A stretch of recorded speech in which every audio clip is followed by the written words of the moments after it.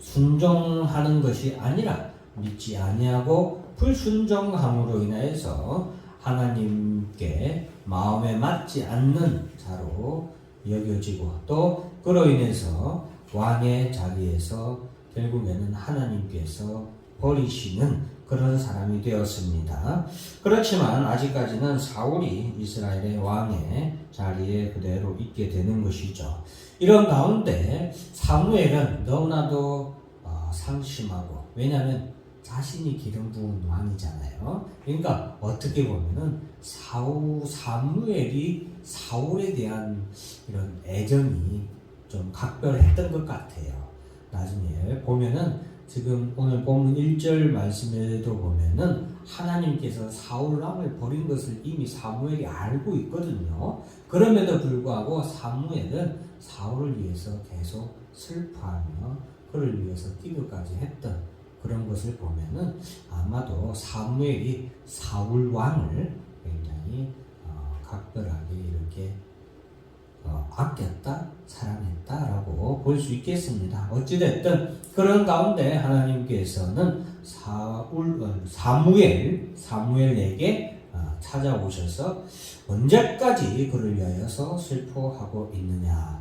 이제 내가 너를 베들레헴 사람 이새의 집으로 보내겠다. 그리고 그 집에 내가 세운 왕이 그곳에 있다라고 사무엘에게 말하게 됩니다. 자, 그러면 이제 사무엘은 내가 지금 이대로 하나님의 기름 부은 자를 내가 찾아서 간다고 하면 사울왕이 가만히 있겠느냐, 나를 죽이려고 할 겁니다 라고 말하자 하나님께서는 그곳에 제사를 지내러 간다라고 이렇게 얘기하고 그곳으로 가라고 말씀하게 됩니다. 어쨌든 이새의 집에 도착한 사무엘은 이새의 가정의 모든 사람들과 더불어서 하나님 앞에 제사, 즉 예배를 드리는 거죠.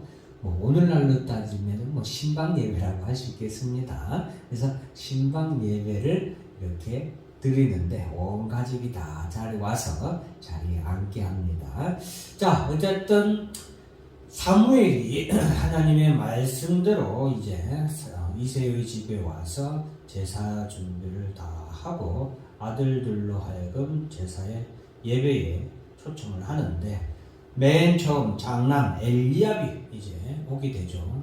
엘리압이 이제 와서 우리가 흔히 산소에 가서 절할 때도 이렇게 제일 장자부터 이렇게 순서대로 이렇게 딱 서잖아요. 그런 거예요. 그래서 엘리압을 보고서 사무엘이 이야, 정말로 하나님이 정말로 왕으로 삼을 사람을 여기에 다 준비해 놓으셨구나 라고 감탄할 정도로 엘리압은 외모든 피지컬, 즉 체력적인 육체적인 그런 모든 것이 다 너무나도 월등하게 뛰어난 사람이었어요. 그러니까 지금 이스라엘에서 피지컬적으로, 외모적으로, 학식적으로 가장 뛰어났던 사람이 누구예요? 사울이었잖아요. 그런 사울을 본 사무엘이 이렇게 반할 정도면은 이 엘리압의 이런 육체적인 밖으로 드러난, 그러니까 피지컬적인 그런 재능이 아주 월등하게 뛰어났던 것 같습니다. 그러자 하나님께서 7절 말씀 같이 한번 읽어볼까요? 시작. 여호와께서 사무엘에게 이르시되 그의 용모와 키를 구하라. 내가 이미 그를 버렸노라. 내가 먼저 사람같이 하지 아니할 사람 면모를 보거니와 나가 여호와는 주님을 보내라 하시더라. 네, 아주 우리가 중요한 말씀이죠. 사람은 외모를 보지만 하나님께서는 중심을 보신다. 중심. 그 중심은 무엇입니까? 믿음입니다. 믿음.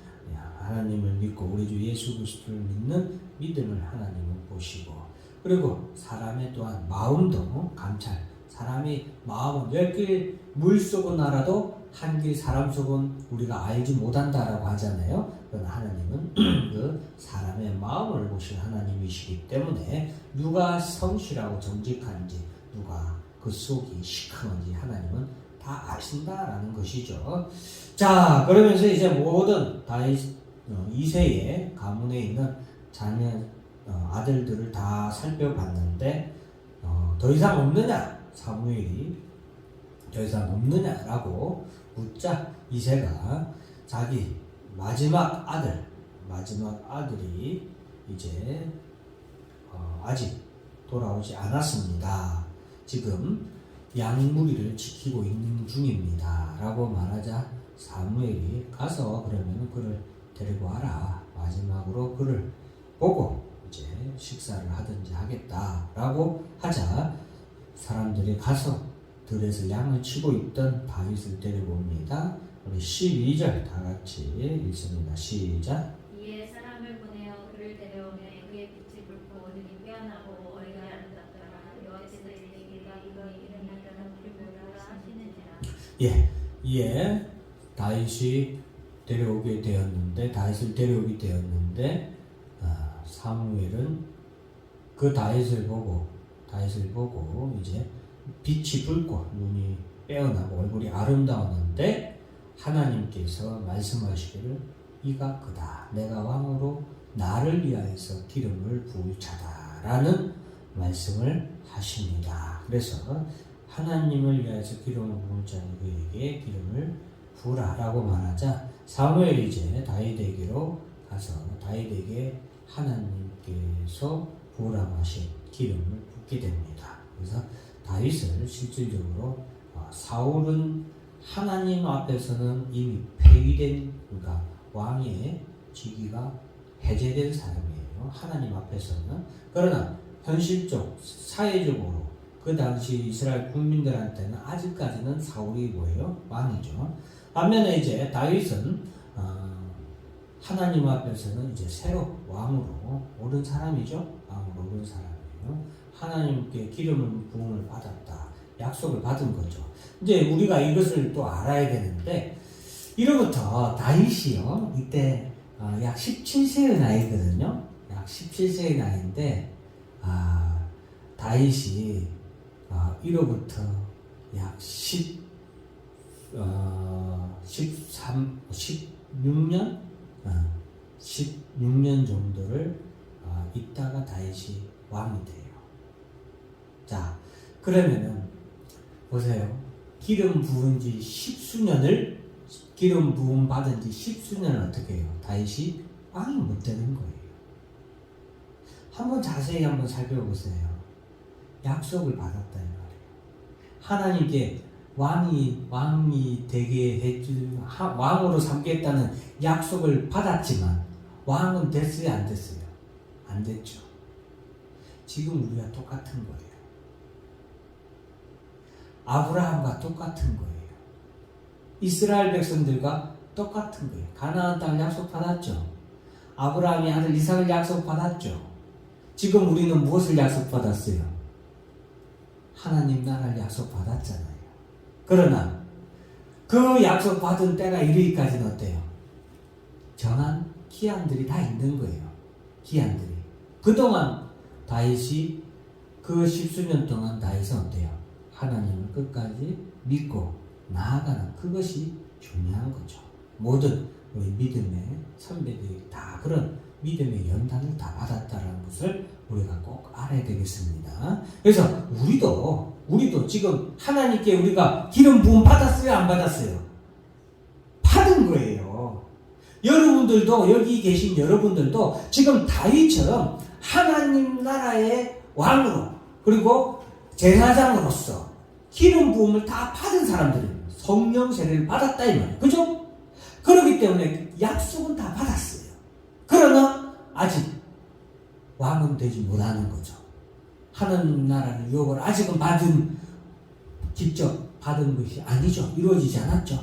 다만 그때까지 우리가 연단을 조금 받을 뿐이고 우리는 그때까지 뭐 하는 거예요? 믿음으로 기다릴 뿐이에요. 이해하시겠습니까? 다윗도 그런 기간이 있었다. 자, 그래서 우리가 이런 성경의 말씀을 통해서 그런 것을 우리가 또한 이렇게 적용할 수 있는 것입니다.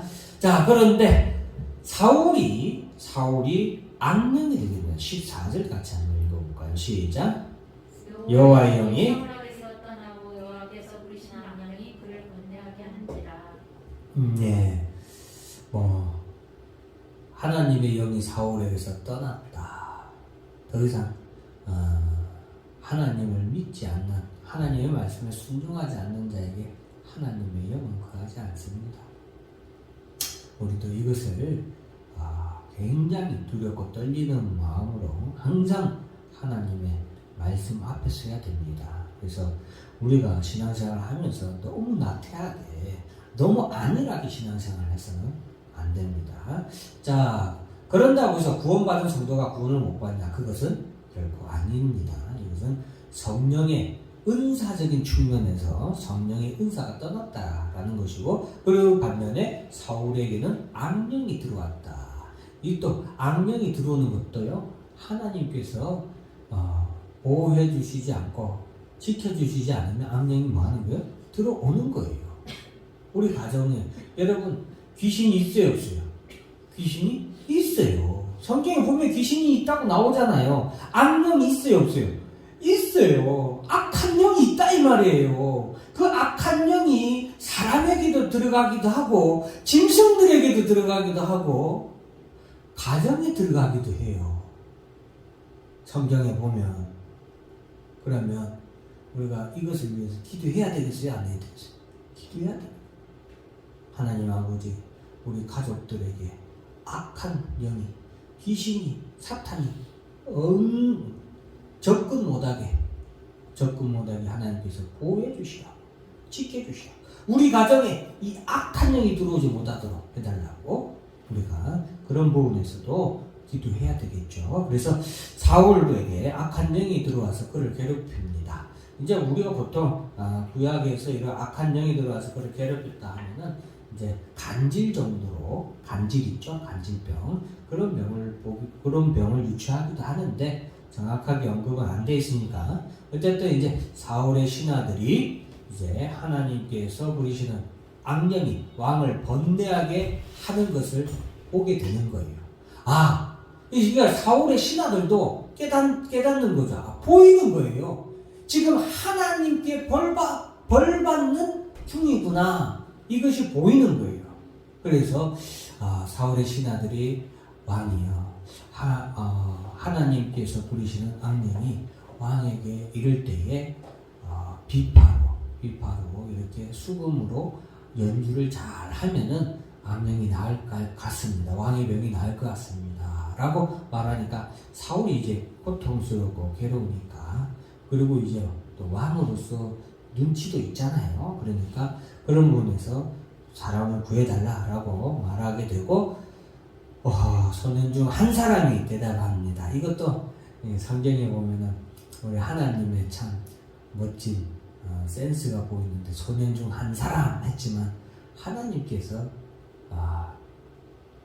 이렇게 예비해 놓으신 그런 거라고 할 수 있겠죠. 그래서 그 소년이 베들레헴 사람 이새의 아들이 수금을 잘 타고 이렇게 해서 뛰어나고 준수한 사람입니다. 그리고 무엇보다도 하나님께서 그와 함께 계신다는 소문이 쫙 퍼진 거예요. 하나님이 우리와 함께 계신다라는 소문이, 하나님이 우리 힘찬 교회와 함께 한다는 소문이 쫙 퍼져야 됩니다. 그래야 교회도 흥하고 우리 가정도 흥하고 우리 성도 여러분들도 흥하는 거예요. 자, 그래서 이런 소문이 있습니다 라고 얘기하고서 사울이 이제 정말로 이새의 아들 다윗을 자신의 옆에 있도록 합니다. 그래서 다윗은 사울의 옆에서, 사울이 악령이 들 때에 그가 굉장히 마음에 분노가 끓어오르고 분노 조절 장애가 됩니다.